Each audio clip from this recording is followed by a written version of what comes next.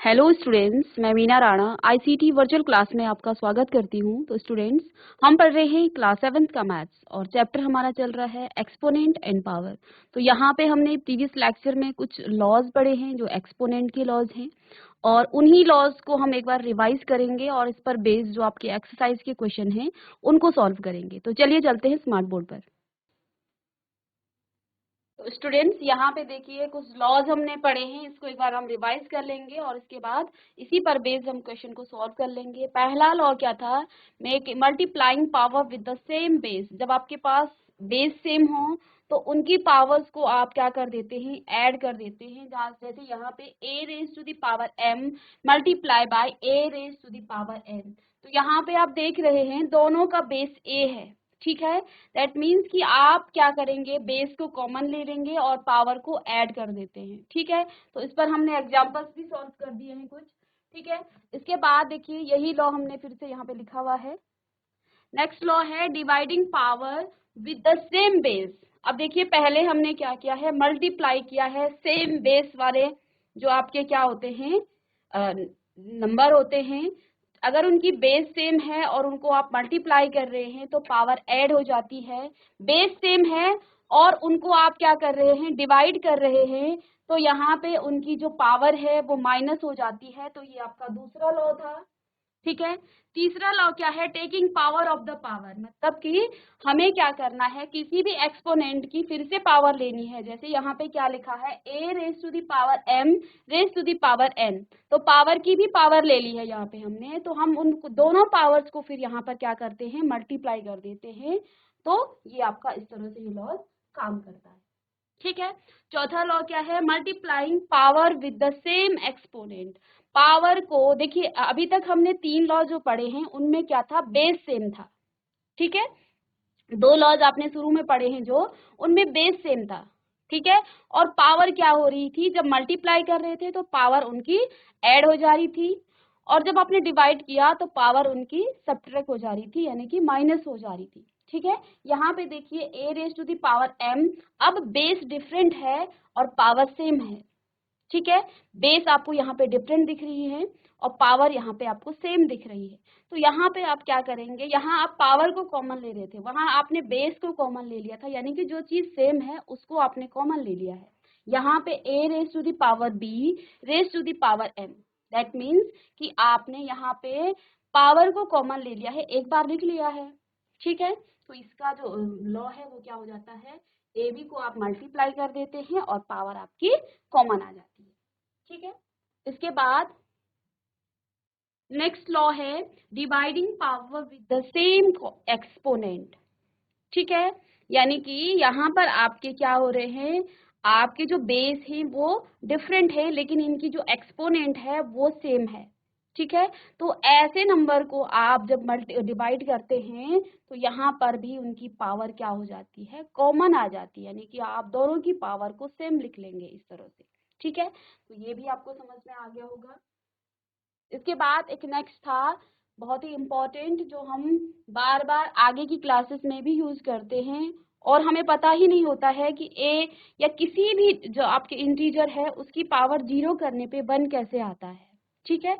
तो जो लॉ आपने पढ़ा है कि जब पावर नीचे से ऊपर आती है, बेस सेम होने पर पावर नीचे से ऊपर आ जाती है, ठीक है।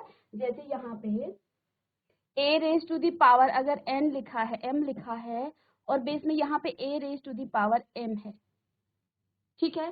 तो फिर हम क्या करते हैं, देखिए बेस सेम है, यही रूल लगाएंगे, बेस सेम है तो पावर क्या हो जाएगी, m माइनस m, और m माइनस m क्या होता है, a raise to the power 0, ठीक है। तो इसका मान 1 कैसे होता है, यहाँ पे हमने समझा था इसका मान 1 कैसे होता है, जब बेस भी सेम हो और पावर भी सेम हो। तो फिर वो जो है, देखिए हमने यहाँ पे 3 raise to the power 5, 3 raise to the power, base और एक्सपोनेंट दोनों ही इसके सेम हैं।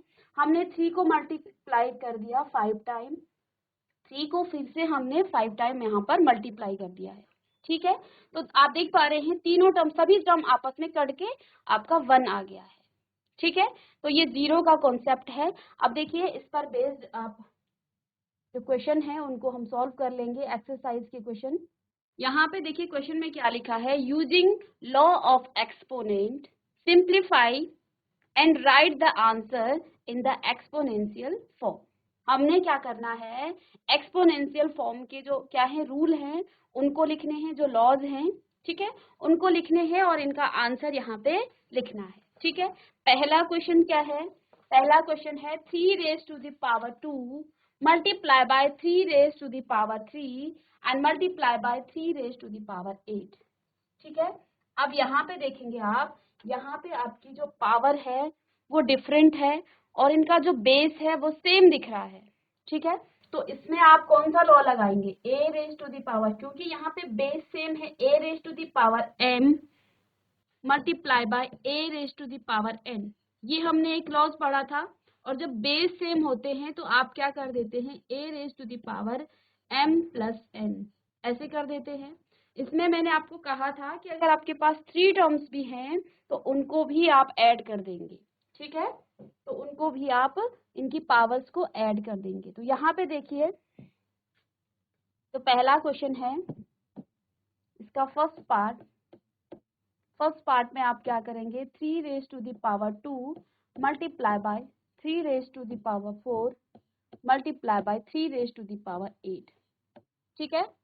तो इसको हमें क्या करना है, इसको हमें देखिए, आप यहाँ पे लॉज भी लिखेंगे कि कौन सा लॉ आपने यहाँ पे अप्लाई किया है। तो देखिए हम देख पा रहे हैं तीनों का बेस सेम है, तो बेस को हम कॉमन ले लेते हैं, 2 + 4 + 8, ठीक है। यहाँ पर आंसर कितना आ जाएगा, 2 + ये 6 + 3 रेज टू द पावर 14, ये इसका आंसर आ जाएगा। हमने यहाँ पे, अब आपको ये भी लिखना है, a raise to the power m plus a raise to the power n is equal to a raise to the power m plus n। ये आपने यहाँ पे फॉर्मूला अप्लाई किया है, इसको यहाँ पे आपने लगाया है इस रूल को, ठीक है। तो इस रूल को लगाया है आपने यहाँ पे, ये भी आप यहाँ पर लिखेंगे, ठीक है।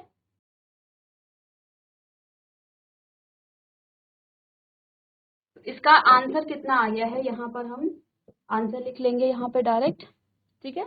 ये कितना आ गया है, 3 रेज टू द पावर 14, ठीक है, 3 रेज टू द पावर 14। चलिए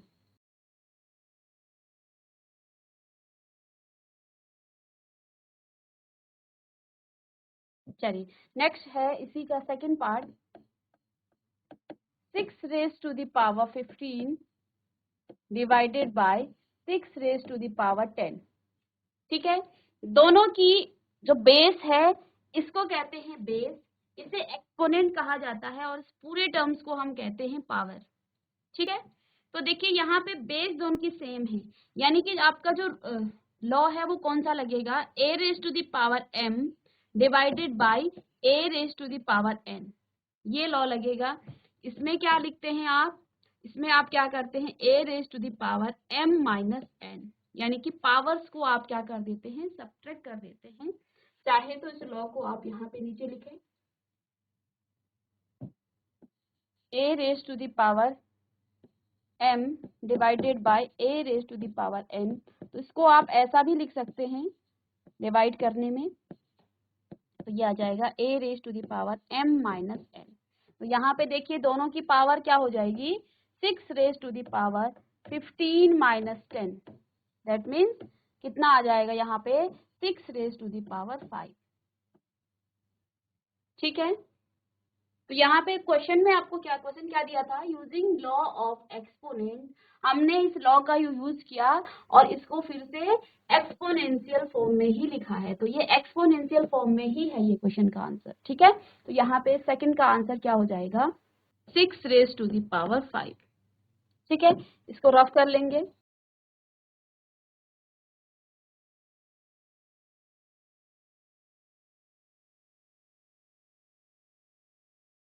चलिए। अब नेक्स्ट है इसी का थर्ड पार्ट, यहाँ पे आपको क्या दिया है, a raise to the power 3 multiply by a raise to the power 2, ठीक है। तो एक बार यहाँ पे देखिए, a raise to the power m base same है, a raise to the power m multiply by a raise to the power n।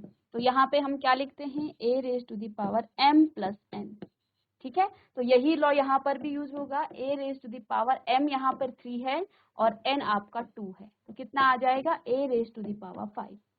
ठीक है, तो ये इसका आंसर हो जाएगा। इसके बाद नेक्स्ट देखिए 7 raise to the power x, 7 raise to the power x, 7 raise to the power x multiply by 7 raise to the power 2। तो बेस सेम है, सेम यही वाला आपका लॉज यूज होगा यहाँ पर भी। ठीक है, जब आप लिखेंगे इसको सॉल्व करेंगे तो आप हर क्वेश्चन के बाद जो भी लॉ यहाँ पर अप्लाई हो रहा है उसको लिख लेंगे कि ये लॉ यहाँ पे अप्लाई हो रहा है। तो देखिए 7 raise to the power x plus 2, तो ये वेरिएबल्स है, ये तो आप आगे आपका ऐड होगा नहीं, तो यही आंसर हो जाएगा। ठीक है, अब देखिए इसी का फिफ्थ पार्ट देखिए, फिफ्थ पार्ट क्या है, 5 raise to the power 2 raise to the power 2, ठीक है, divided by 5 raise to the power 3। अब यहाँ पे इस क्वेश्चन में यहाँ पे आपको क्या दिया है, पहले हम इसको डिवाइड नहीं करेंगे, जब किसी पावर की भी पावर होती, एक्सपोनेंट का भी एक्सपोनेंट होता है, यहाँ पे आपने पढ़ा था law a raise to the power m raise to the power n जब आपके पास आ जाता है तो दोनों को आप मल्टीप्लाई कर लेते हैं, a raise to the power m multiply by n, यानी a raise to the power m n। ठीक है, ये लॉ पढ़ा था। तो यहाँ पे आप क्या करेंगे, इसको मल्टीप्लाई कर देंगे, तो ये आपका आंसर क्या आ जाएगा, सिर्फ इसको हम यहाँ पे लॉ लगा रहे हैं। तो 5 2 जे 2 multiply by 2 divided by 5 raise to the power 3।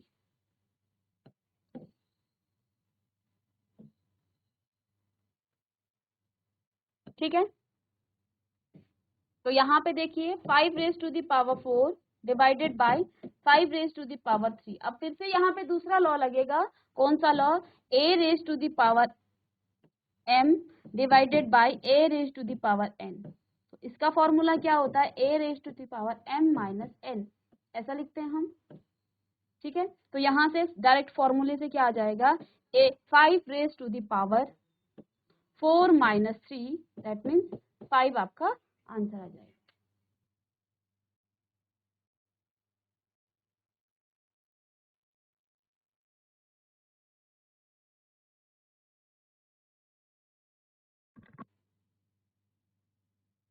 अब इसी पे नेक्स्ट क्वेश्चन है, यहाँ पे देखेंगे, यहाँ क्या है 2 raise to the power 5, 6 part देखिए इसका, 2 raise to the power 5 multiply by 5 raise to the power 5।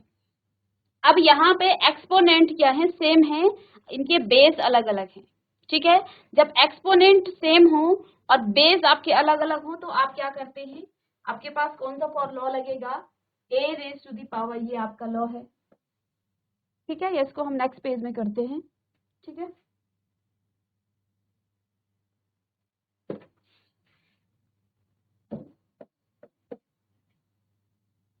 To raise to the power 5 multiply by 5 raise to the power 5, ये आपके पास है।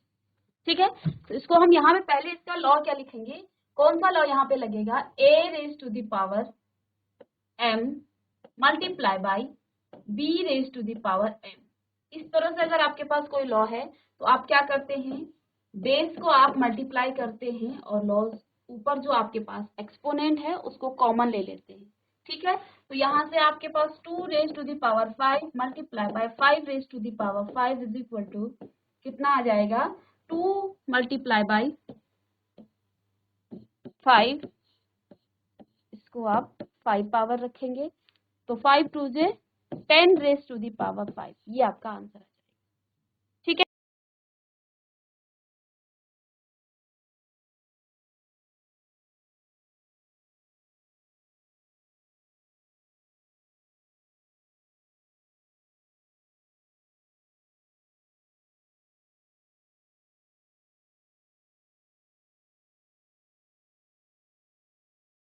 इसके बाद इसका 6 पार्ट है, a raise to the power 4 multiply by b raise to the power 4। ठीक है, same वही लॉ यहाँ पर भी अप्लाई होगा, a raised to the power m multiply by a raised to the power b raised to the power m। तो देखिए law क्या आ जाएगा, a और b को आप मल्टीप्लाई कर देते हैं और इनकी जो पावर है उसको आप कॉमन ले लेते हैं, तो ये लॉ लगेगा यहाँ पर भी। तो देखिए क्या आ जाएगा, a raise to the power 4 multiply by b raise to the power 4। ठीक है, तो यहाँ पे देखिए a और b को आप क्या कर देंगे, मल्टीप्लाई करेंगे रेज टू द पावर 4। तो ये तो आपका क्या है, ये आपका वेरिएबल्स है, तो ये आपका एज इट इज ऐसे ही रहेगा। इसके बाद 6 पार्ट है इसका,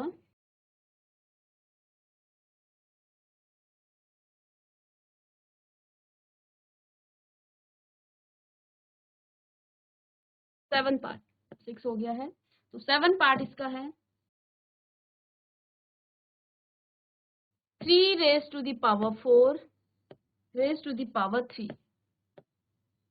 ठीक है, तो देखिए पावर की भी पावर लिखी हुई यहाँ पे, पावर की भी पावर लिखी है, तो इसके लिए आपके पास क्या होता है, a raise to the power m raise to the power n। तो आप क्या करते हैं, a raise to the power m multiply by n करेंगे, दोनों को मल्टीप्लाई करने के बाद क्या आ जाएगा, a m n।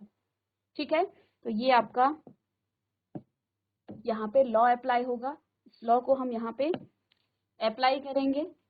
तो देखिए 3 raise to the power 4 raise to the power 3, तो इसको आप क्या लिखेंगे, जब पावर इनकी क्या हो रही है, पावर की भी पावर है, तो 3 raise to the power 4 multiply by 3, और इसको आप क्या लिख सकते हैं, 3 रेज टू द पावर 4 3 ज 12।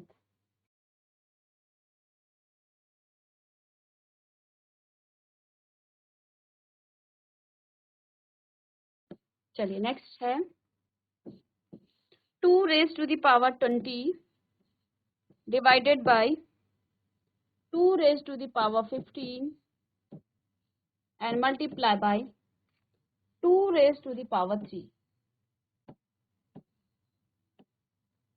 ठीक है, तो यहाँ पर आप देख पा रहे हैं, आपको यहाँ पे आपको पहले इन दोनों में इस ब्रैकेट को सॉल्व करना है, इन दोनों में आप लॉ लगाएंगे, बेस सेम है और दोनों डिवाइड हो रहे हैं, बेस सेम है यानी कि a raise to the power m divided by क्या होता है, a raise to the power n, base same है डिवाइड होते हैं, तो a raise to the power m minus n ऐसा लिखते हैं हम।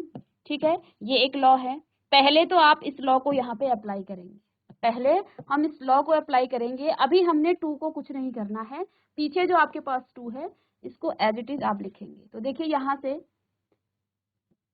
2 raise to the power 20 divided by 2 raise to the power 15 और multiply by 2 raise to the power 3। तो इस पर हम लॉ लगा रहे हैं ये वाला, तो क्या आ जाएगा, 2 raise to the power m minus n, तो m कितना है यहाँ पे 20 माइनस 15, तो ये लॉ हमने यहाँ पे लगाया। ठीक है, divided multiply by 2 raise to the power 3। ठीक है, तो यहाँ पे ये कितना आ जाएगा, 2 raise to the power 5 multiply by 2 raise to the power 3। अब देखिए फिर से यहाँ पे लॉ अप्लाई करेंगे हम, कौन सा लॉ लगेगा, दोनों की बेस सेम है, तो उनको आप क्या कर रहे हैं, बेस सेम हो और मल्टीप्लाई कर रहे हो, तो ये वाला लॉ आपका लगेगा, तो दोनों क्या हो जाएंगे, प्लस हो जाएंगे। ठीक है, तो यहाँ पे लॉ कौन सा लगेगा, a raise to the power m multiply by a raise to the power n is equal to a raise to the power m plus n। ठीक है, तो यहाँ पे कितना आ जाएगा, 2 raise to the power 5 plus 3 8।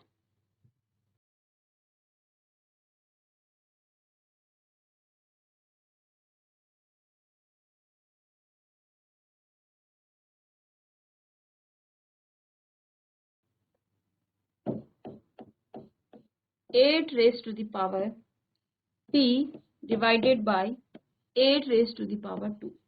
ठीक है, तो यहाँ पे देखिए बेस सेम है और पावर इनकी क्या हो रही है, तो यहाँ पर आप लगाएंगे a raise to the power m divided by a raise to the power n। तो क्या होता है इसका law, a raise to the power m minus n। तो अब आप बार बार इसको पूरा नहीं लिखेंगे, इस तरह से ही हम इसको कर लेंगे।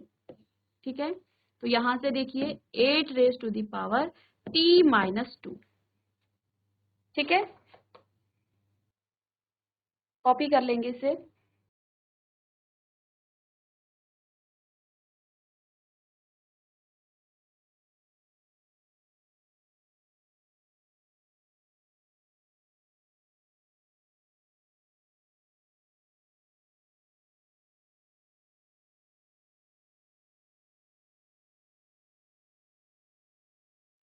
तो यहाँ पे देखिए सिंप्लीफाई करना है हमें।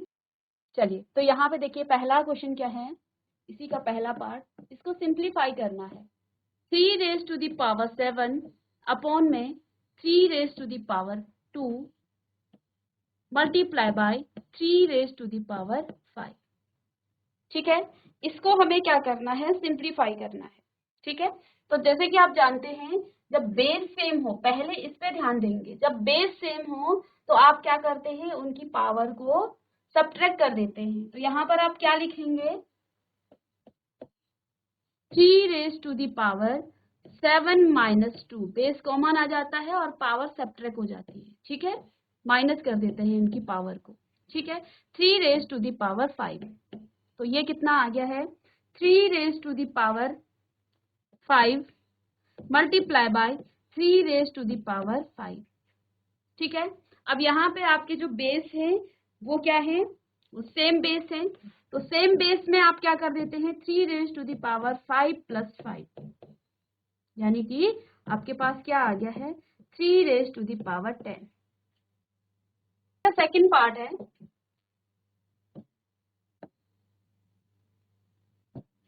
सेकेंड पार्ट है 2 raise to the power 3 2 raise to the power 3 multiply by 2 raise to the power 2 multiply by 5 raise to the power 5। ठीक है, अब इसको हमने क्या करना है, इसको हमने मल्टीप्लाई करना है। ठीक है, तो यहाँ पे देखेंगे, देखिए दो यहाँ पे, अभी इन दोनों पर हम क्या लगाएं, लॉ लगाएं। अगर मैं इसको ब्रैकेट में लिखूं आगे, इसको हम क्या लिख सकते हैं, 2 raise to the power 3 multiply by 2 raise to the power 2, और मैं इसको ब्रैकेट में लिख लूं multiply by 5 raise to the power 5। ठीक है, अब यहाँ पे कौन सा लॉ लगेगा, जब आपके बेस सेम हो, m multiply by a raise to the power n is equal to a m plus n, यही आपका रूल लगेगा यहाँ पे। ठीक है, चलिए अब यहाँ पे आप क्या लिख देंगे, 2 raise to the power 3 plus 2। ठीक है, और multiply by 5 raise to the power 5। तो ये कितना आ गया है, 2 raise to the power 5 multiply by 5 raise to the power 5। ठीक है, अब यहाँ पे आप देख पा रहे हैं कि एक्सपोनेंट तो सेम है, बट इनकी जो पावर है, इनकी जो पावर है वो सेम है और बेस इनके क्या है, डिफरेंट है। तो इसमें आप क्या करते हैं, a raise to the power m multiply by a raise to the b raise to the power n। ठीक है, तो आप बेस को मल्टीप्लाई कर देते हैं, a मल्टीप्लाई बाय b, इसकी पावर भी m होगी क्योंकि हमें पावर अब सेम लेनी है, यानी कि एक्सपोनेंट को आपने सेम लेनी है, तो m। तो इस लॉ से आगे हम क्या लिखेंगे, यहाँ पे 2 multiply by 10 raise to the power 5, that means 20 raise to the power 5। ठीक है,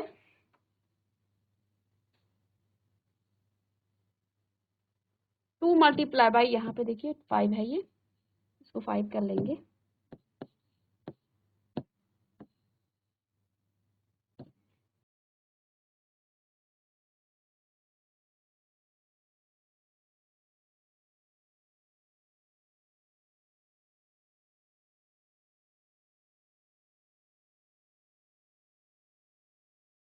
चलिए ये कॉपी कर लिया होगा आप लोगों ने।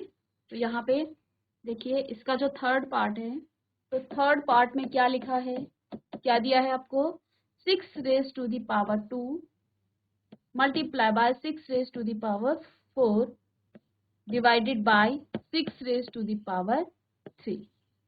ठीक है, अब यहाँ पे देखेंगे आप कि देखिए दोनों का बेस सेम है और मल्टीप्लाई हो रहा है, तो आप क्या कर देते हैं, 6 रेज टू द पावर, देखिए फॉर्मूला कौन सा, लॉ कौन सा लगेगा, a raise to the power m multiply by a raise to the power n is equal to a raise to the power m plus n।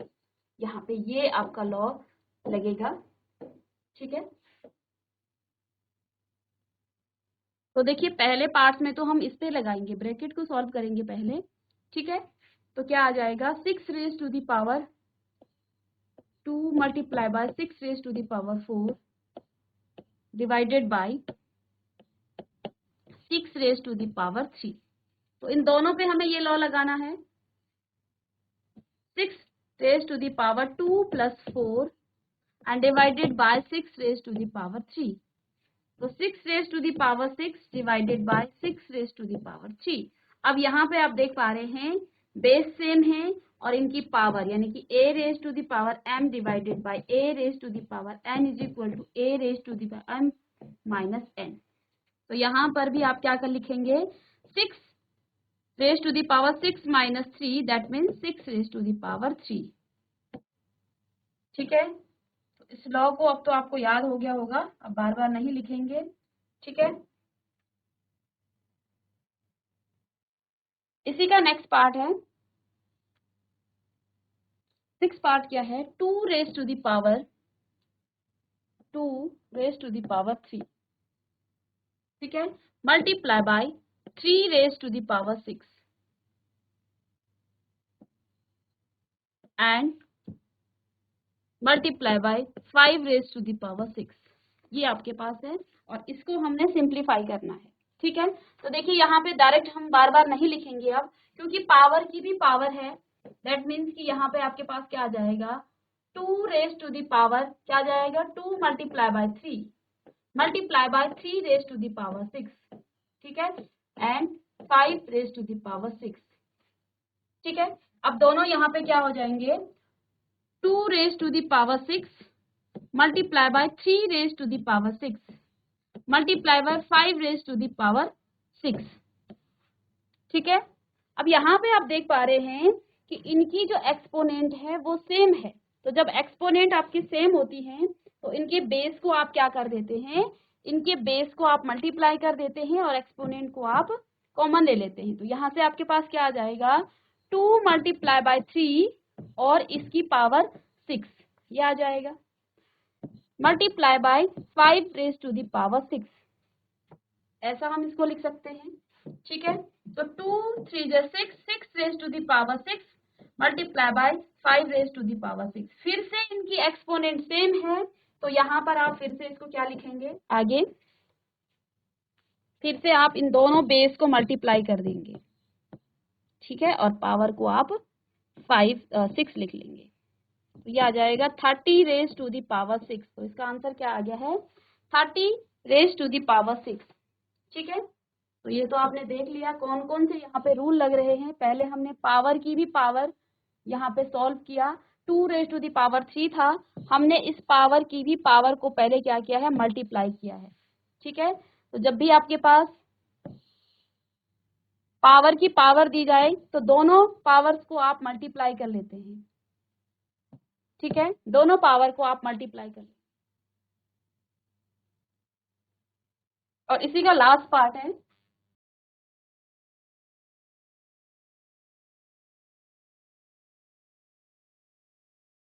देखिए आपको यहाँ पे 8 दे रखा है, 8 को आपने एक्सपोनेंशियल फॉर्म में लिखना है। ठीक है, एक्सपोनेंट फॉर्म में लिखना है, नहीं यहाँ पे दे रखा है, क्वेश्चन है 8 raise to the power 2 divided by 2 raise to the power 3। ठीक है, तो आप देख पा रहे हैं यहाँ पर ना तो आपका बेस सेम है और ना ही एक्सपोनेंट सेम है, ना ही यहाँ पे आपको बेस सेम दे रखा है और ना ही एक्सपोनेंट आपको यहाँ पे सेम दे रखा है। क्वेश्चन क्या है 8 raise to the power 2 divided by 2 raise to the power 3। ना तो आपको बेस सेम दिख रहा है और ना ही आपको यहाँ पे इनकी एक्सपोनेंट सेम दिख रहा है। तो हम क्या करेंगे, हम 8 को क्या लिख सकते हैं, 8 को हम लिख सकते हैं 2 2 4 2 8। तो इसको आप एक्सपोनेंट फॉर्म में कैसे लिखेंगे 2 रेज टू द पावर 3। ठीक है, दैट मीन्स कि यहाँ पे पहले आप इसको क्या लिख लेंगे 8 raise to the power 2 divided by 2 raise to the power 3, और 8 को आप लिखेंगे 2 रेज टू द पावर 3, और इसकी पावर तो 2 है ही, divided by 2 raise to the power 3। अब पावर की भी पावर है तो यहाँ पे 2 दोनों मल्टीप्लाई हो जाएंगे, 2 raise to the power 6 divided by 2 raise to the power 3। अब देखिए दोनों का बेस सेम आ गया है, बेस सेम आ गया है तो आप क्या कर देंगे 2 raise to the power 6 minus 3, that means 2 raise to the power 3। ये आपका आंसर आ जाएगा।